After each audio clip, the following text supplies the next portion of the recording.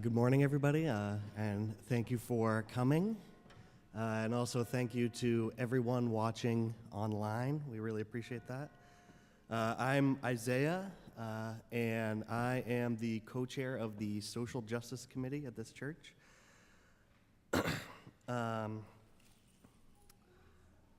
We are a people creating beloved community here at the First Unitarian Church of New Bedford. We believe in practicing and promoting the UU values of justice, equity, transformation, pluralism, interdependence, and generosity in our congregation, and that those values always spring from the love at the center that guides us all. We are people of purpose in this church. We work to make sure everyone feels welcome in this meeting house.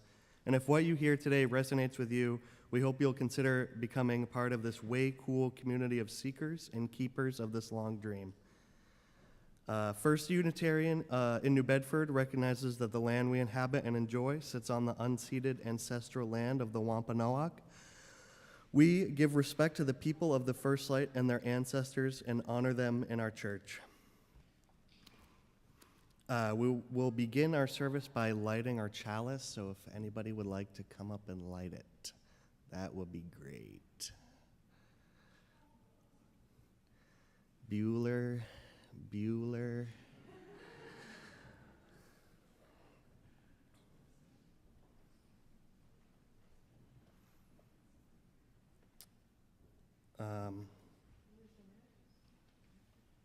Nothing?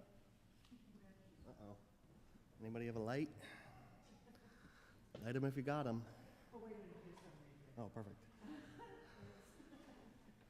Our opening words this morning are from the Korean Declaration of Independence. We hereby declare that Korea is an independent state and that Koreans are a self-governing people. We proclaim it to the nations of the world in affirmation of the principle of the equality of all nations, and we proclaim to our posterity, preserving in perpetuity the right of national survival. We make this declaration on the strength of 5,000 years of history as an expression of the devotion and loyalty of 20 million people. We claim independence in the interest of the eternal and free development of our people and in accordance with the great movement for world reform based upon the awakening conscience of mankind. This is the clear command of heaven, the course of our times, and a legitimate manifestation of the right of all nations to coexist and live in harmony. Nothing in the world can suppress or block it.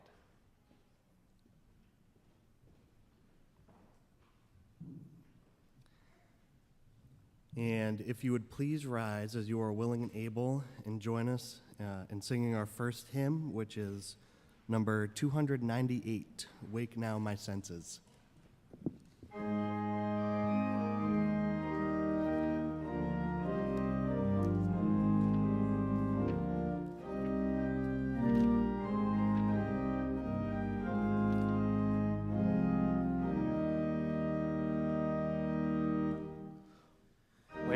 Now my senses and hear the earth call.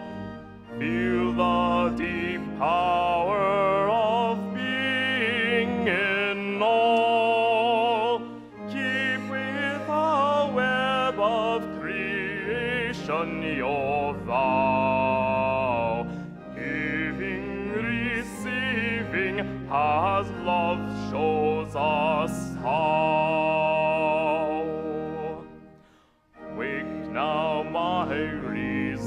Reach out to the new. Join with each pilgrim who quests for the true. Honor the beauty and wisdom of time. Suffer thy limit and praise the sublime. Wake now, compassion, give heed to the cry. Voices of sorrow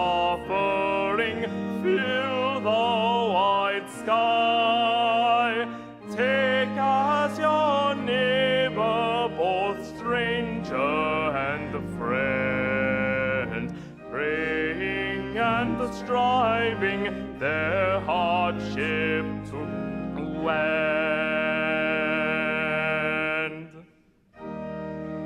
Thy conscience with justice thy guide, join with all people whose rights are denied. Take not for granted a privileged place. God's love embraces the whole human race. Wake now my vision of ministry clear, brighten my pathway with radiance here. Mingle my calling with all who will share. Work toward a planet transformed by our care.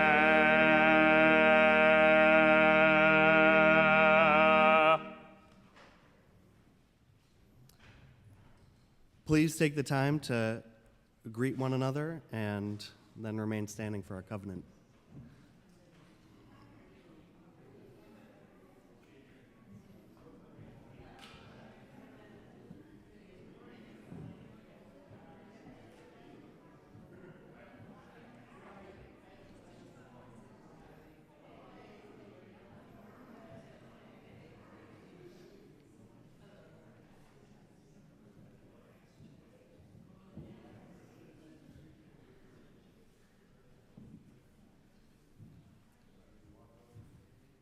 If you would remain standing, please join me in reciting our covenant, which is printed in the order of service.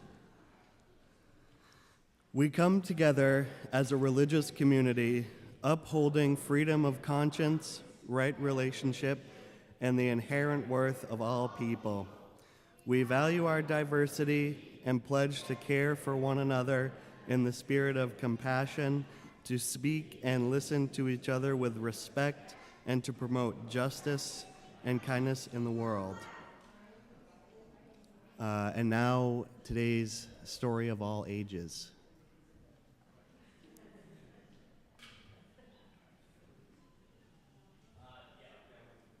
Oh, never mind, forget I said that.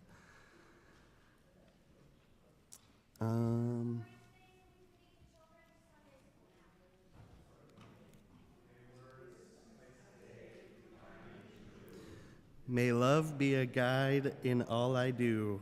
May kindness sing within my heart, and may peace be with us while we're apart.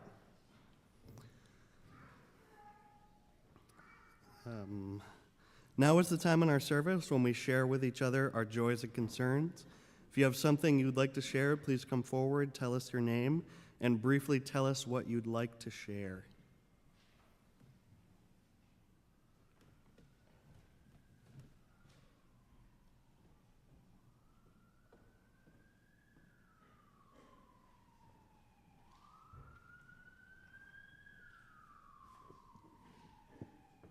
My name is Deb, and I am making an announcement for my friend Pam Sherman. Her sister has just died. Her name was Catherine Linden, and she had been in hospice in Portsmouth, New Hampshire. And on a different note, the holiday market is December 6th, and we need volunteers. People to help out on the day, and also people to think about a basket of something that you think is a good idea that people might want to buy a raffle on, and put together some things and bring them into the office. Thank you.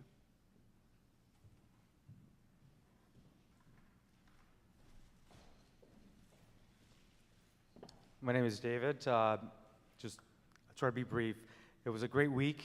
A couple of things. So we marched in the Veterans Day Parade with the Social Justice Committee and Outreach. We were the only church, so it was great. It was amazing. I also am celebrating, thankful that the board approved for me to volunteer in the office with Jess, so I'll be doing that a couple hours a week. Very excited about it. And Tony's birthday was on Monday as well.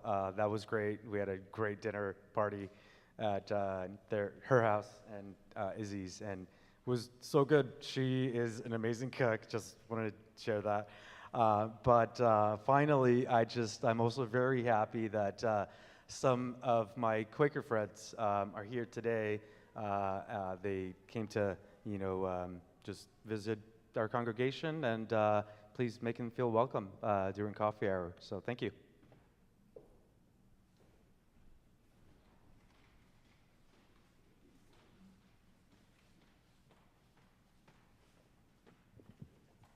Good morning. Hi, I'm Ashley. Most of you know me as the mom of most of the kids in the church. I usually just say I own the Smalls, but Deb and I do game night the first Friday of every month, which this time runs in with the holiday market. It's at 6 p.m. So the holiday market is until 3 p.m. and then after at 6 p.m. we have the game night. These are analog games. Anyone who wishes to join us, please bring yourself, bring kids, bring what you want, games, whatever you want to do. We can't wait to see everyone.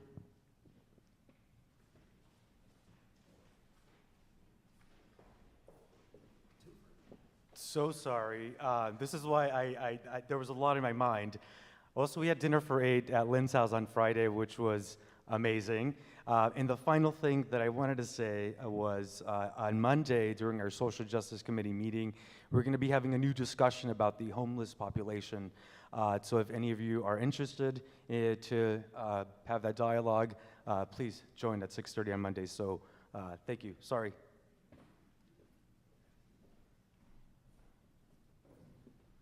Hi, my name is Camilla, and I just am feeling very grateful for this community. I only arrived in New Bedford 3 years ago and kind of had a on-again, off-again relationship here, and have felt this year a greater need to be part of it and to do that in different ways, and have felt that coming back to me tenfold. So it's very dear to my heart, and I appreciate all of you. Thank you.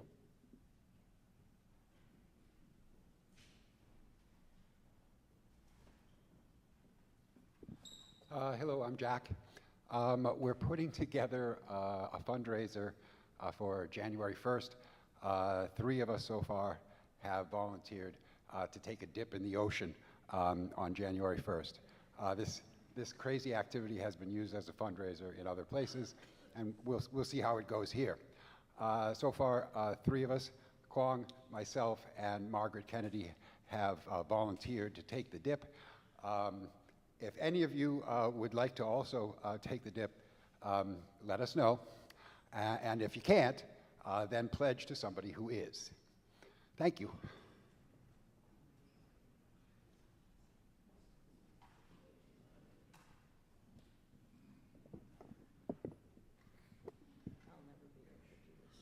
Okay, my name is Judith, and I just wanted to say that I came here almost a year ago, and I said at the time that I didn't come here long before that because there's no choir, and I need a choir.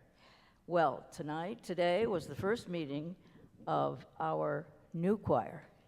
We are going to form a choir, and so far there were 6 of us. And if anybody else is interested in singing, I don't know who you can tell, one of us, Tony Ann or me, and we're going to sing first at the Lessons and Carols service. So I'm just very happy about that.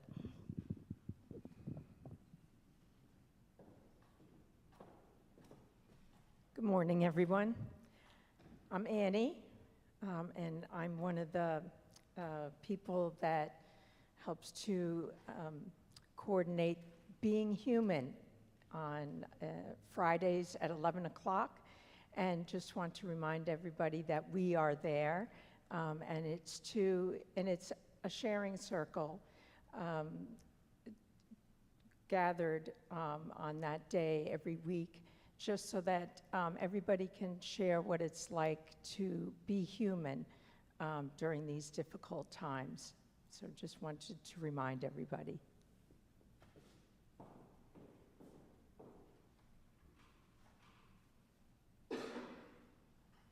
As is our tradition, I'm going to light 2 more candles for the thoughts and prayers that have remained unspoken. If these matches will let me.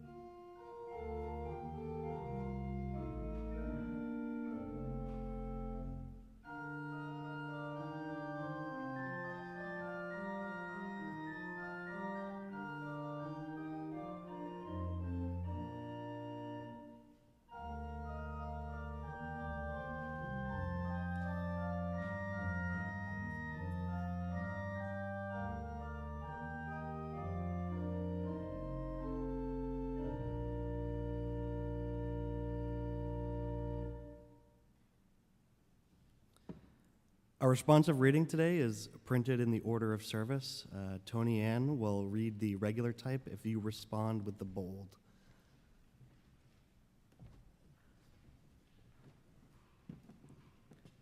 All right. This poem is by a Chinese author who goes by the pen name of Bing Xin. Fun fact, it translates to Ice Heart. That's a cool pen name.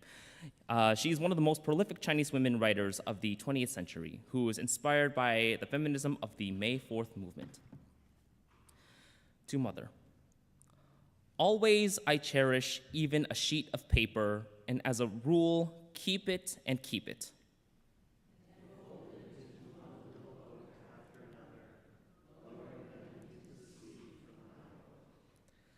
some blown into the windows of the boat, others wetted by waves sticking on the floor.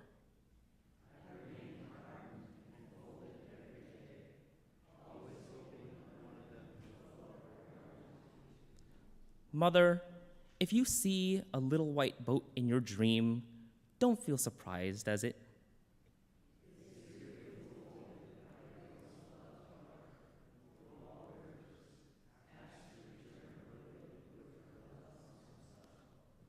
All right, and now as Izzy's request, he wanted to see if I could read this in Chinese.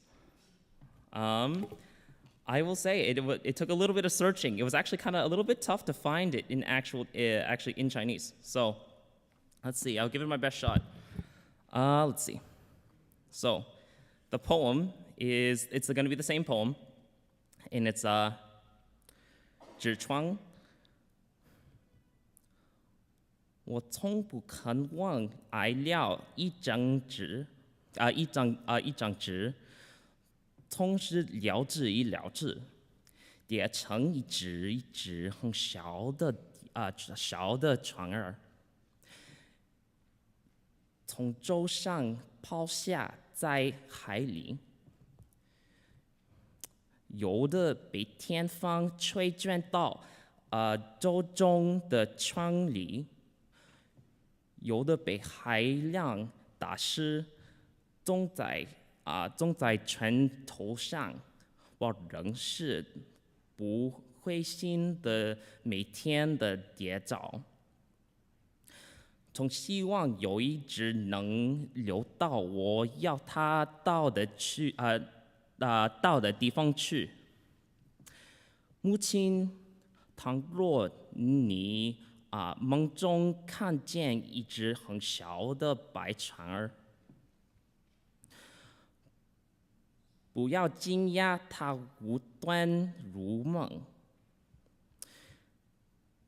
这是你挚爱的女儿含着泪子的跌的。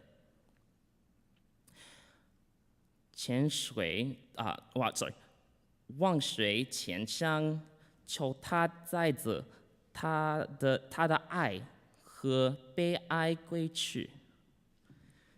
秉心。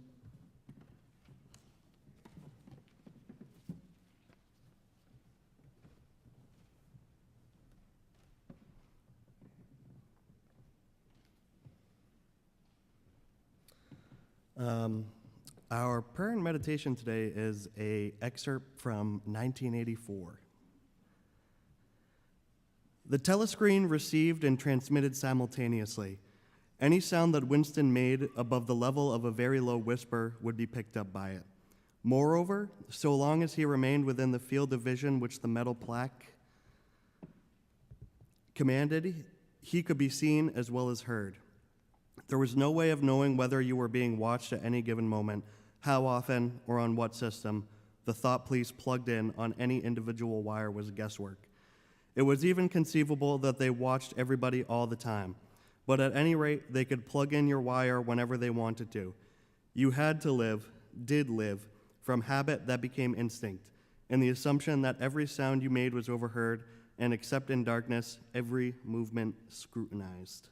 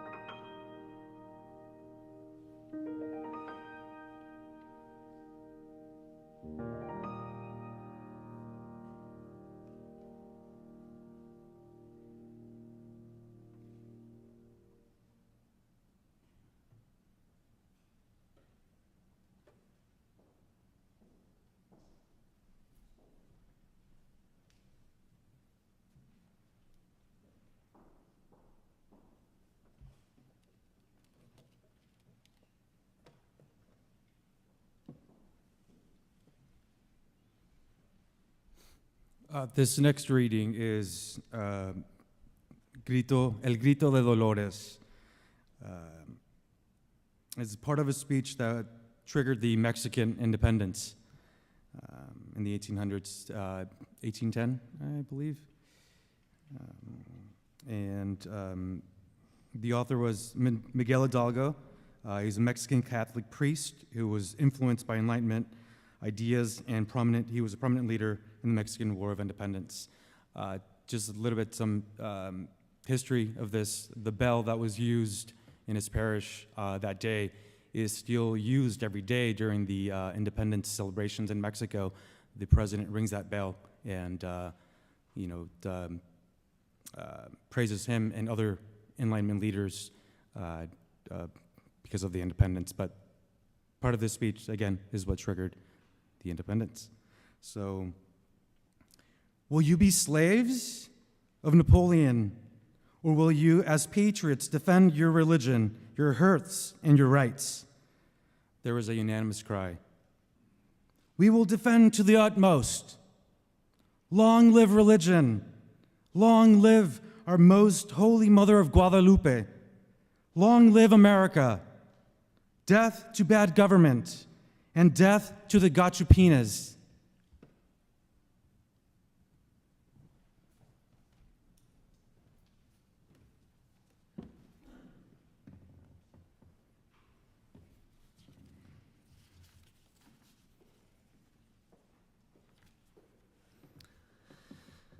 Please rise as you are willing and able and join us in singing our second hymn, which is number 287, Faith of the Larger Liberty.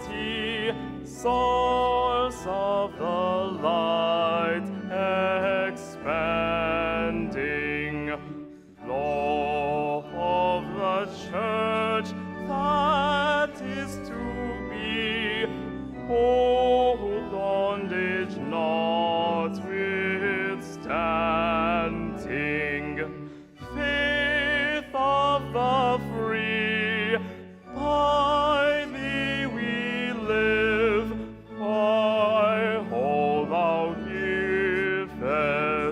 And shalt give our loyalty commanding.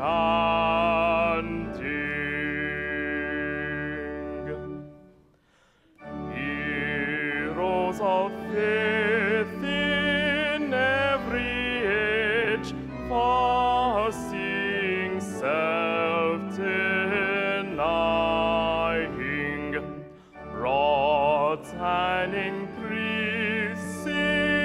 heritage, monarch and creed defying,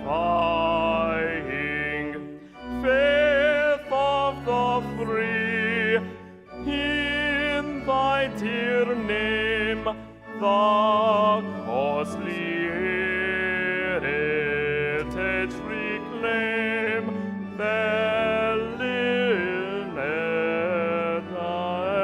dying. Faith for the people everywhere, whatever their oppression, of all who make the world more fair, living their faith's confession, faith of the free, what Thy law, thy liberty, thy light shall be our blessed oppression.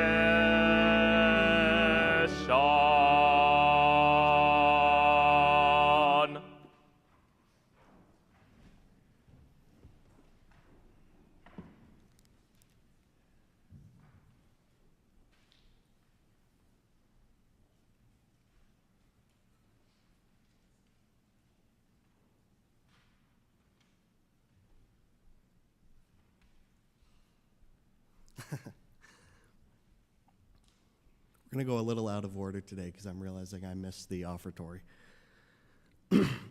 Now is the time in our service when we ask you for your kind donations towards the many good works of this church.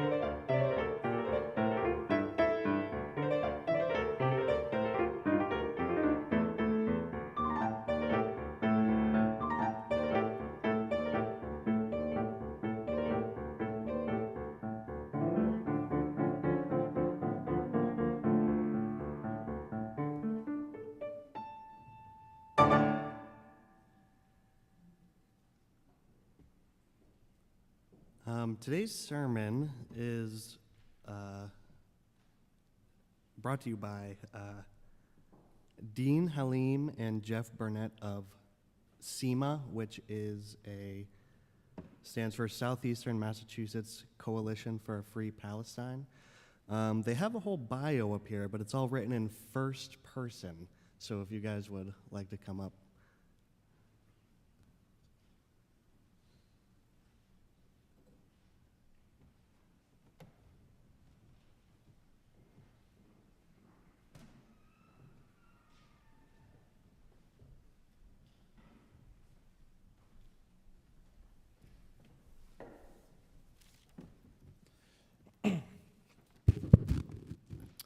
Hi all, my name is Deen. I'm a public defender here in New Bedford, and I'm also a Palestinian member of our community, and I've been a Palestine organizer for many years.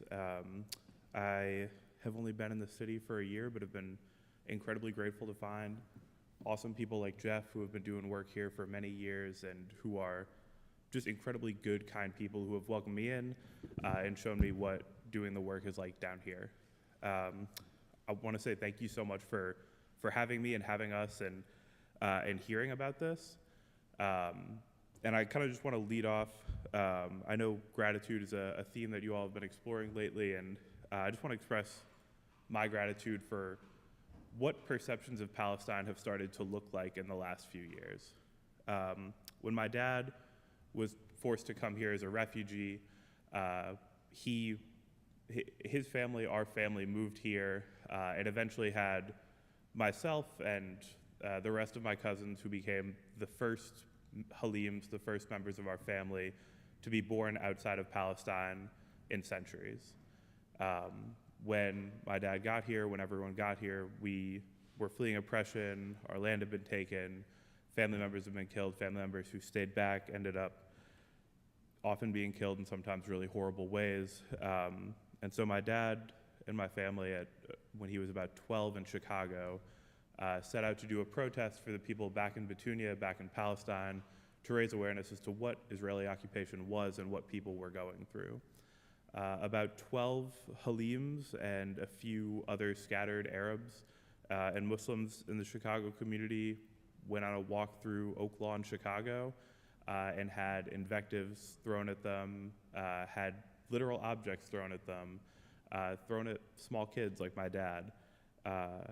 And that was what organizing for Palestine looked like when he first got here. 12 Arabs trying to say what was going on and literally being physically assaulted as kids.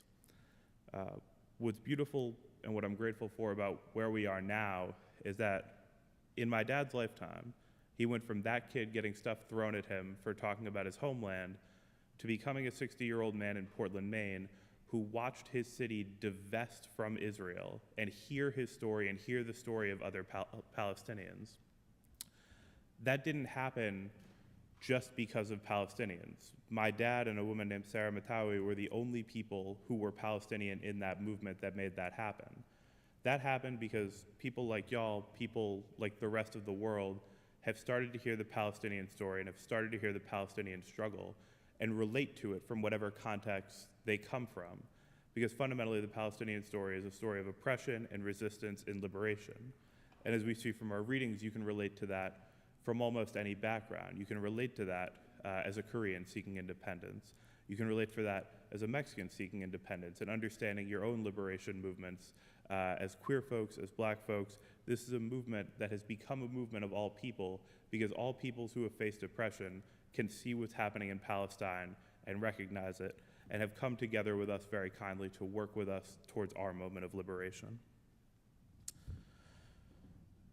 I want to talk a little bit about not just what that allyship has meant for the movement as a whole, but what it's meant for me personally.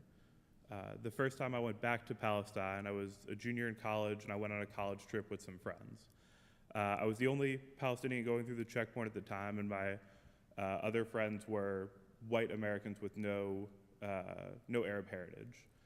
As you go through the checkpoint, the entire border of Palestine is controlled by Israel, so you always have to go through an Israeli checkpoint. And when you go through, They take your passport, and often they have facial scans and cameras that tap into a population registry that is supported by Hewlett-Packard, HP, that can racially profile you and say whether you're Palestinian and what level of the tiered level of citizenships you have. Obviously, I only have American citizenship, but I was still Arab enough, and my name was Arabic to trigger off some sensors. So rather than going through like my friends, I was detained for several hours. While I was detained, I met some other Palestinians, and this being my first experience, I was a little rattled.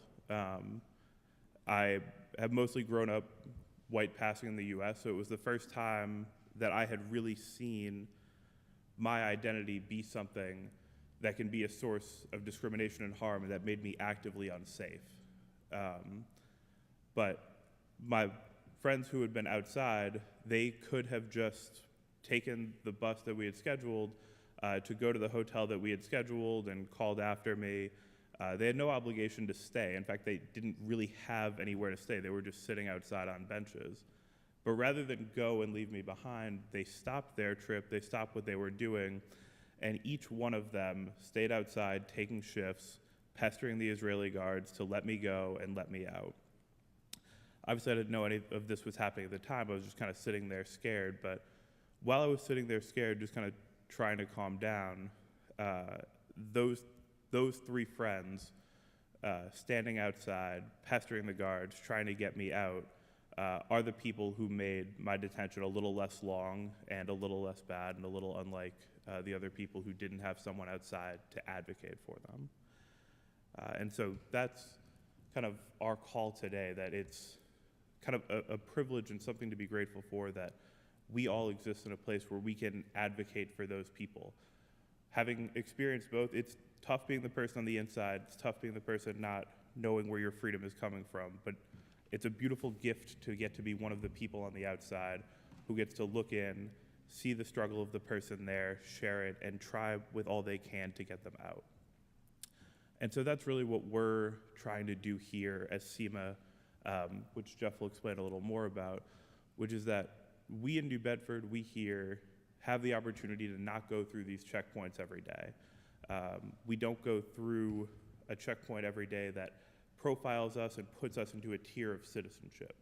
The software that HP supports for Israel is software that tracks the multiple tiered levels of citizenship that you can have. And the checkpoint that I went through is not unique, and it's actually much better than most of the checkpoints that Palestinians in Palestine have to go through. Those checkpoints are run by Israeli guards, and they turn what should be a 15-minute drive into a 4 or 5 hour drive that risks you getting basically disappeared and tortured for several months, depending on how things go and depending on the time you go. When you go through one of those checkpoints, the way they're able to identify you is a software that tracks if you're 1, an Israeli citizen, 2, a Palestinian, or 3, a Palestinian citizen of Jerusalem. For all 3 of those levels of citizenship, you have a different ID card, and that different ID card entitles you to different rights. Specifically, if you're a Palestinian citizen of Jerusalem, if you're away from Jerusalem for long enough, you lose that status in and of itself, and what land you have, what little land your family has left, gets taken immediately, and you are not able to get back in. Of course, if you're a Palestinian citizen of Palestine, which still in most parts is under Israeli occupation, you still have incredibly limited rights to get through that checkpoint and are almost certainly going to face bombardment, discrimination, potential disappearance, and potential torture under laws that they have which allow for a process called administrative detention, which is a 6-month detention where you show up to a trial with no charges against you, no knowledge of the evidence against you, and without hearing anything that they've accused you of, you must go before a judge and prove that you're innocent of everything that you could ever possibly be innocent from. So you imagine this process as a 99+% conviction rate, and often just functions as a system for Palestinians to be put away in a box with no one to talk to for 6 months. And then it can be renewed for 6 months and 6 months and 6 months unto infinity. And that's the risk that every Palestinian faces when they go through a checkpoint, that something like that could happen, that some kind of off-the-books detention could happen to them. And until very recently, most of the international community was okay to not speak about this. they were okay to let this process happen unchecked. What I'm grateful for and what I'm grateful for what I've seen here is that that's not true anymore. People are no longer willing to accept apartheid and genocide and occupation in silence, and people are willing to rise up against it and do what they can in their communities. New Bedford right now has $670,000 invested in HP, and HP runs a system that supports this apartheid practice. If we get that $670,000 out, apartheid won't end tomorrow. But if every other community does it, as the Unitarian Universalist Church has itself divested, then over time, across areas, across countries, across nations and creeds, then eventually the people who support that system and the people who uphold it will have to stop because it will no longer be in their interest. And what I'm grateful for is that I think there's finally a path for people of conscience to rise up and stop this system from existing. And so I'll move to Jeff to talk about our call, but as we think about gratitude and we think about liberation, I'm grateful that people are even talking about liberation and that people are willing to work alongside it for all the people right now who are left in cages with no friends outside to look for them. Thank you.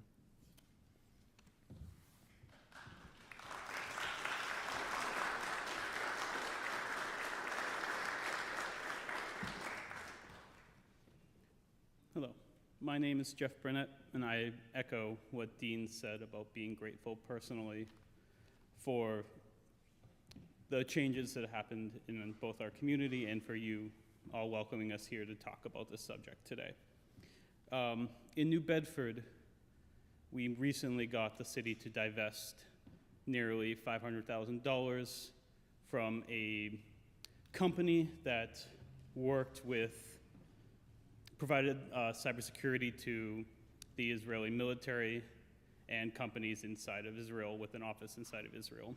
That was a sustained email, phone call, and letter writing campaign that, with just the involvement of no more than 100 people and our daily pressure, weekly pressure for months and almost a year and a half, influenced the treasurer of the city of New Bedford to divest from this company. We are grateful for that success, and we are grateful for everyone, including some people in this room and some people online who are both part of SEMA and the Unitarian Church who are deeply involved with that. And we are looking to create a new campaign, a new effort to get the city to divest from HP. As Dean said, almost $700,000 into that company and the work that their software allows to happen in Palestine, as well as their surveillance elsewhere in US prisons and around the globe. We deeply believe that our city should not be invested in these kind of companies and these kind of products. And so we're looking to get support from social justice organizations and faith groups throughout New Bedford, church leaders, members to join us in this effort, to join us as we meet with the treasurer himself, with the city councilors who are sympathetic to this, including Shane Burgo, who is the city council president and helped us in our first divestment effort. And so we are here sharing that message and making an ask that church leadership join us in that effort with more other faith groups.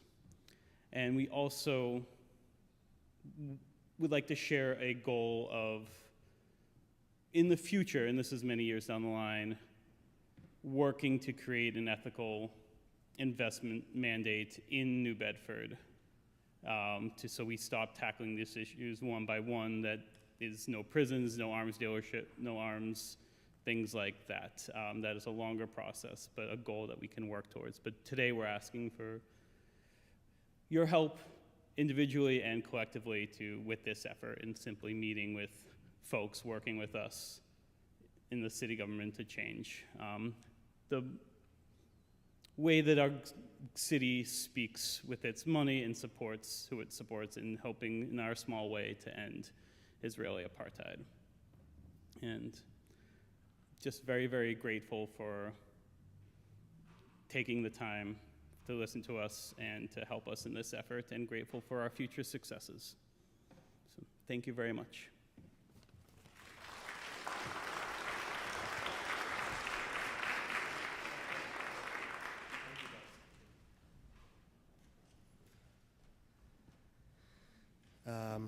Our closing hymn today, if you would stand if you're willing and able, is number 130, O Liberating Rose.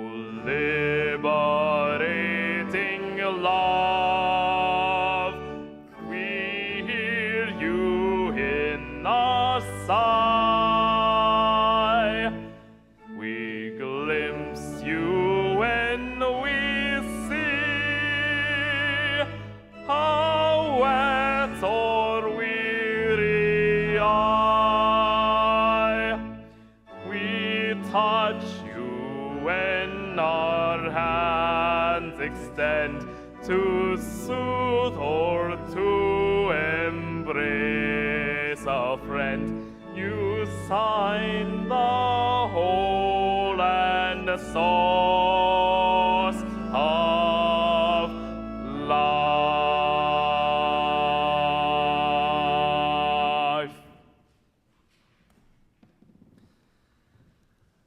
So our closing words today, I had decided before that I would read something from Star Trek. but I think I changed my mind. Star Trek is a very bright and hopeful depiction of the future, and I think I wanted you to leave with something more Kafkaesque and Orwellian. So I'm deciding to change it. I just did just now listening to the sermon, and it's actually from The Terminator.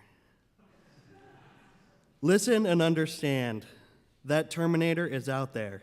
It can't be bargained with. It can't be reasoned with. It doesn't feel pity or remorse or fear. And it will absolutely will not stop ever until you are dead.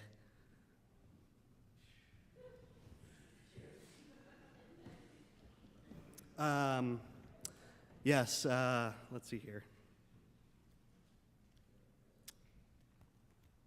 We have coffee and refreshments downstairs. As Karen says, live long and prosper.